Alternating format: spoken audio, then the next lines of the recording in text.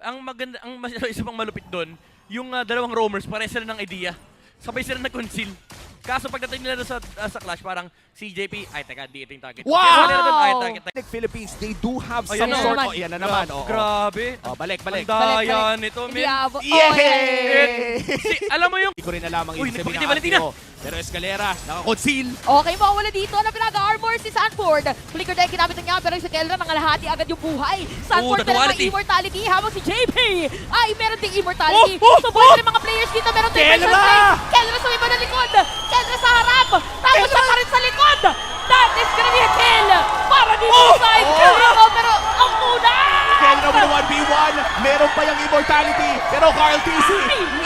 Power na kung gusto na mangyari. Ay, si Escalera, pero sabi niya, uy, walang minion dito, pero yung nga lang si Cartesi na lang nga pala ang natitira. At merong immortality, may ginamit pa dito with the Truncheon, pero meron minion wave. Ang anik at